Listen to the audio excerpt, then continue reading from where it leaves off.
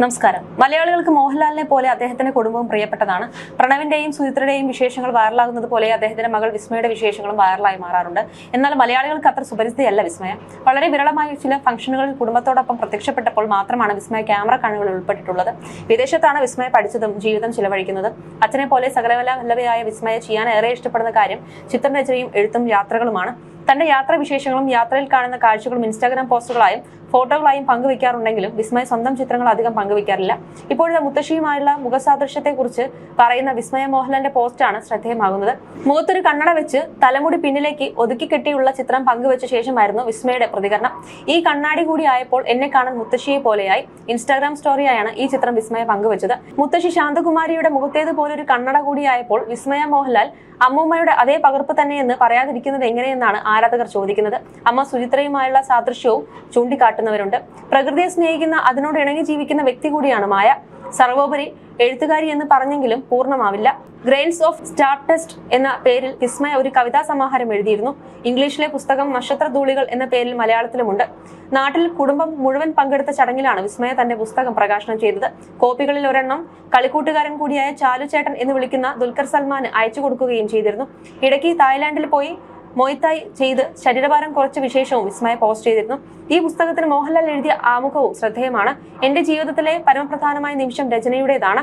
എഴുതാനിരിക്കുമ്പോൾ ഞാൻ തീർത്തും ഏകാഗിയാണ്. പറയുന്നത് ഗബ്രിയൽ ഗാർസിയ മാർക്കസ്, ലോക പ്രശസ്തനായ സ്പാനിഷ് എഴുത്തുകാരൻ. എത്ര വാസ്തവം! വാക്കുകൾ ആദ്യം പിറന്നു വീഴുക മനസ്സിന്റെ ഭൂമികയിലാണ്. തുടർന്ന് ഹൃദയത്തോട് ഏറ്റവും അടുത്തു നിൽക്കുന്ന ചിന്തകളെ സ്വാംശീകരിച്ചുകൊണ്ട് ശൂന്യമായ താളിന്മേൽ ജലപാതം കണക്ക് അവ വന്ന് പതിക്കുന്നു.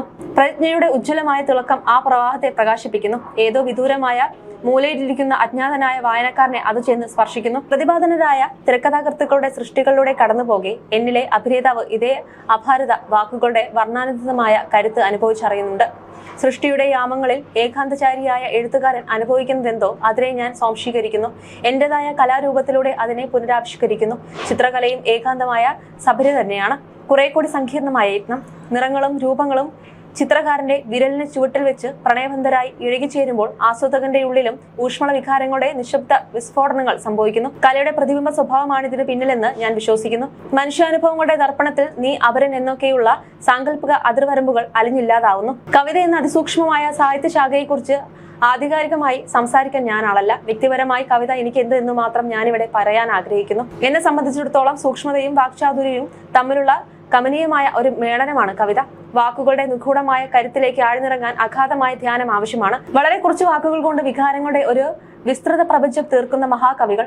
അതിനാലാണ് ആ വരികൾക്ക് ഇത്രമേൽ സർവ്വലൗകികമായ സ്വീകാര്യത.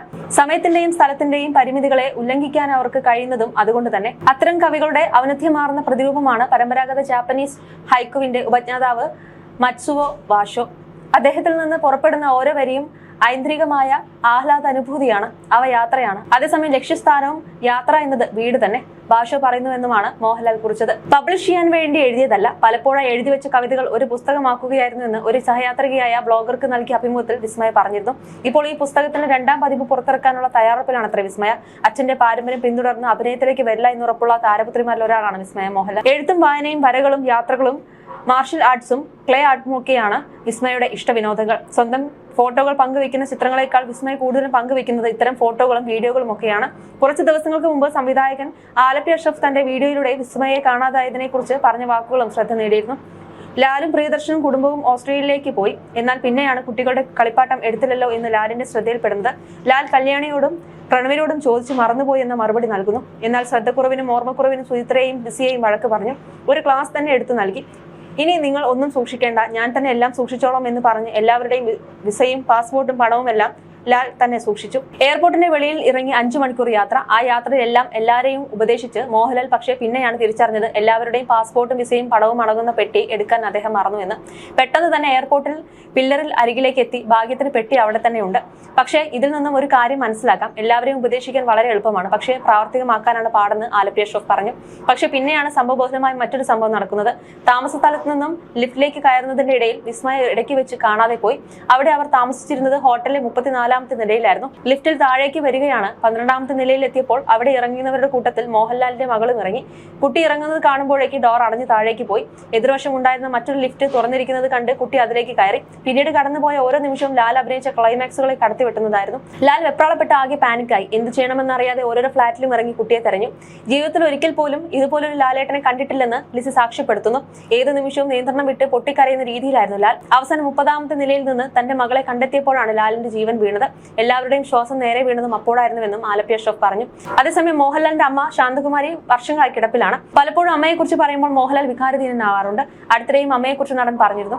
നല്ല മാതാപിതാക്കൾ തന്നെ ആയിരുന്നു ഇരുവരും. അങ്ങനെയാണല്ലോ പറയുക. നല്ല മാതാപിതാക്കൾക്ക് നല്ല മക്കളും നല്ല മക്കൾക്ക് നല്ല മാതാപിതാക്കന്മാരും ഉണ്ടാകും. എല്ലാവരും നല്ല കുട്ടികളും നല്ല മാതാപിതാക്കന്മാരുമാണ്. എന്റെ അച്ഛന്റെയും അമ്മയുടെയും മകനായി ജനിക്കാൻ കഴിഞ്ഞതാണ് ഞാൻ ഈ ചെയ്ത ഏറ്റവും വലിയ നന്മ. എല്ലാ ദിവസവും എന്റെ അമ്മയെ ഞാൻ വിളിക്കാറുണ്ട്. സുഖമില്ലാതെ കിടക്കുമ്പോൾ പോലും എന്നെ കുറിച്ചാണ് എന്റെ അമ്മയുടെ കൺസേൺ. എല്ലാ അച്ഛനമ്മമാരും അങ്ങനെ തന്നെയാണ്, എനിക്കറിയാം. പക്ഷേ എന്റെ അച്ഛനും അമ്മയും എനിക്ക് വളരെ സ്പെഷ്യലാണ്. സ്ട്രോക്കാണ് അമ്മയുടെ ആരോഗ്യസ്ഥിതി വഷളമാക്കിയത്. അമ്മ സംസാരിക്കും, എന്നാൽ ക്ലാരിറ്റി കുറവാണ്. എങ്കിലും അമ്മ സംസാരിക്കുന്നത് നമുക്ക് മനസ്സിലാകും. സംസാരിച്ചുകൊണ്ടിരുന്ന സമയത്ത് പെട്ടെന്നാണ് അമ്മയ്ക്ക് വയ്യാതെയായതെന്നാണ് ഒരിക്കൽ ഒരു അഭിമുഖത്തിൽ സംസാരിക്കവേ മോഹൻലാൽ പറഞ്ഞത്. 10 വർഷമായി അമ്മ കിടപ്പിലാണെന്നും തന്റെ ആദ്യ സംവിധാന സംരംഭം അമ്മയെ തിയേറ്ററിൽ കൊണ്ടുപോയി കാണിക്കാൻ കഴിയില്ലെന്നത് തന്റെ ഏറ്റവും വലിയ സങ്കടമെന്നും മോഹൻലാൽ കണ്ണു നിറഞ്ഞ് പറഞ്ഞിരുന്നു. ബറോസിന്റെ കഥ അമ്മയെ പറഞ്ഞു കേൾപ്പിച്ചിരുന്നു എന്നും അമ്മ എന്താണ് മറുപടി പറഞ്ഞതെന്നുമുള്ള ഒരു ചോദ്യത്തോടാണ് അമ്മയുടെ അസുഖ വിവരം മോഹൻലാൽ വിശദീകരിച്ചത്. ഞാൻ ഇന്നും എന്റെ അമ്മയെ കണ്ടിട്ടാണ് വരുന്നത്.